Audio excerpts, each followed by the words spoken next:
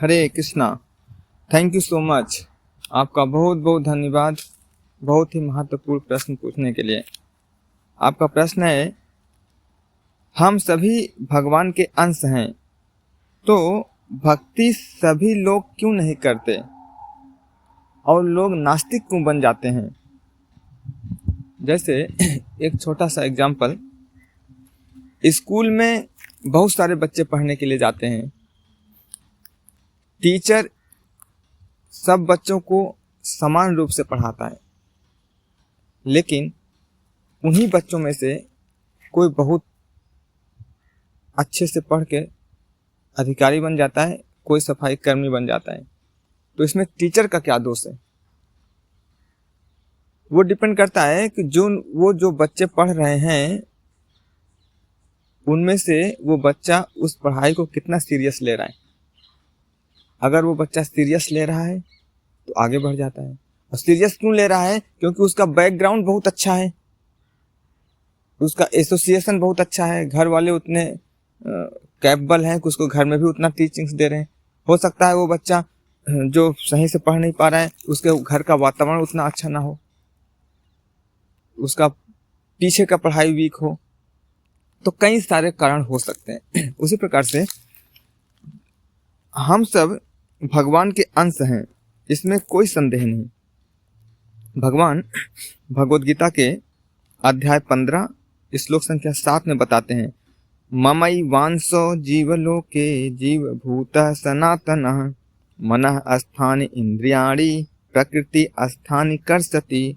भगवान कह रहे हैं कि इस बद्ध जगत में सभी जीव मेरे शाश्वत अंश हैं, लेकिन बद्ध जीवन के कारण वे मन सहित 6 इंद्रियों से अत्यंत संघर्ष कर रहे हैं। 6 इंद्रियों के से हम संघर्ष कर रहे हैं। क्यों? क्योंकि हम हमारा जीवन बद्ध है, बद्ध जीवन है। हम सब बद्ध आत्मा है। बद्ध आत्मा का मतलब ये होता है कि हमारे हाथ में केवल कर्म करने का अधिकार है। अगर हमने कर्म किया है, कोई जरूरी नहीं कि उसको फल हमें मिलेगा ही। भगवान भगवद गीता में कहते हैं, कर्मण्येवाधिकारस्ते मा फलेषु कदाचन माँ कर्म फल हेतु भूर्मा माँ ते संगोस्तु अकर्मणि।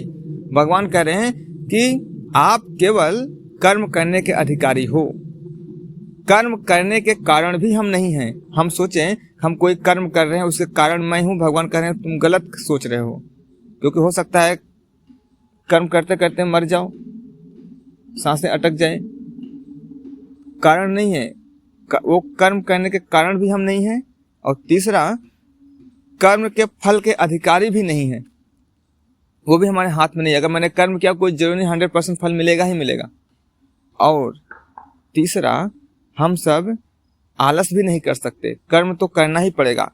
हमें केवल एक चीज की स्वतंत्रता दी गई है, वो क्या? कर्म करने के अधिकारी हैं। हम चाहे पाप करें, हम चाहे कत्ल करें, हम चाहे रेप करें, हम चाहे भक्ति करें, ये चुनाव हम कर सकते हैं हमें क्या करना है, लेकिन उसके फल के हम अधिकारी नहीं है। इसीलिए हम सब क्या है? बद्ध आत्मा है। यहाँ पे कह रहे हैं भगवान कि हम सब बद्ध आत्मा के कारण क्या कर रहे हैं? अपने 6 इंद्रियों से परेशान हैं, 6 इंद्रियों से हम संघर्ष कर रहे हैं। भगवान ने हमें फ्री विल दिया है, स्वतंत्रता दी है, चूज करने का, सेलेक्ट करने की स्वतंत्रता दी है कि हम भगवान को सिलेक्ट करें या भौतिक संसार को सिलेक्ट करें, इंद्रिय तृप्ति को सिलेक्ट करें या भगवान की सेवा को सिलेक्ट करें। ये हमारे हाथ में है। क्योंकि भगवान प्रेम जो है जबरदस्ती नहीं होता, प्रेम तो स्वाभाविक होता है। अगर आपके पास कोई स्वाभाविक रूप से आ रहा है सेवा करने के लिए, आपकी मदद करने के लिए, मतलब प्रेम है। कोई जबरदस्ती भेजा नहीं, जाओ उसकी सेवा करके आओ क्योंकि मैं आदेश दे रहा हूँ, वो बिना मन के जा रहा है, सेवा करके आ रहा है, मतलब वो प्रेम से नहीं, प्रेशर के साथ जा रहा है। तो जो प्रेम होता है स्वाभाविक होता है। इसलिए भगवान चाहते हैं कि जितने भी जीवात्मा हैं वो मेरे पास कैसे आए? स्वाभाविक रूप से आए। भक्ति कोई चयन का विषय है। भक्ति कोई मजबूरी नहीं है, मजबूरी है तो सिलेक्ट कर लिए। क्योंकि प्रेम, श्रील प्रभुपाद जी कहते हैं, भक्ति जो है स्वेच्छा का कार्य है, इसको बलपूर्वक नहीं कराया जा सकता। जहां पर बलपूर्वक हो चीजें वहां पर प्रेम नहीं होता। इसलिए भगवान किसी को फोर्स नहीं करते। भगवान के हम सब आत्मा हैं, लेकिन भगवान चाहते हैं कि ये जीवात्माएं हैं, फ्री विल हैं, स्वतंत्र है, वो मेरे पास आना चाहते हैं, नहीं आना चाहते हैं, वो स्वतंत्रता दे रखी है।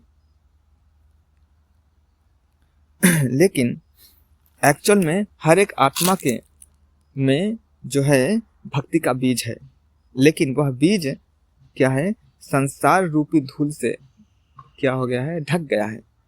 जैसे सूर्य सदैव चमकता रहता है, लेकिन बादल कभी कभी उसे छिपा देता है, उसी प्रकार से हर एक जीवात्मा के अंदर भक्ति है, लेकिन माया के प्रभाव से वो ढक जाती है, माया उसे छिपा देती है। और जो नास्तिकता की बात रही, जो नास्तिकता है ये संग का प्रभाव है। जिस प्रकार का संग करेंगे, जैसे बच्चा आपके घर पैदा हुआ है, आपके पूरे परिवार में हिंदी बोलते हैं, बच्चा क्या सीख जाता है, हिंदी सीख जाता है, क्योंकि वो एसोसिएशन, संगति का प्रभाव है। अगर वही बच्चा अंग्रेजों का, आपका ही बच्चा हिंदुस्तानी बच्चा बचपन से ही अंग्रेजों को घर दे दीजिए, वो अंग्रेजी बोलना सीख जाएगा। कैसे? संगति का प्रभाव है। तो ये जो नास्तिक लोग बनते हैं, ये सब किसका देन है? संगति का, नास्तिक लोगों का।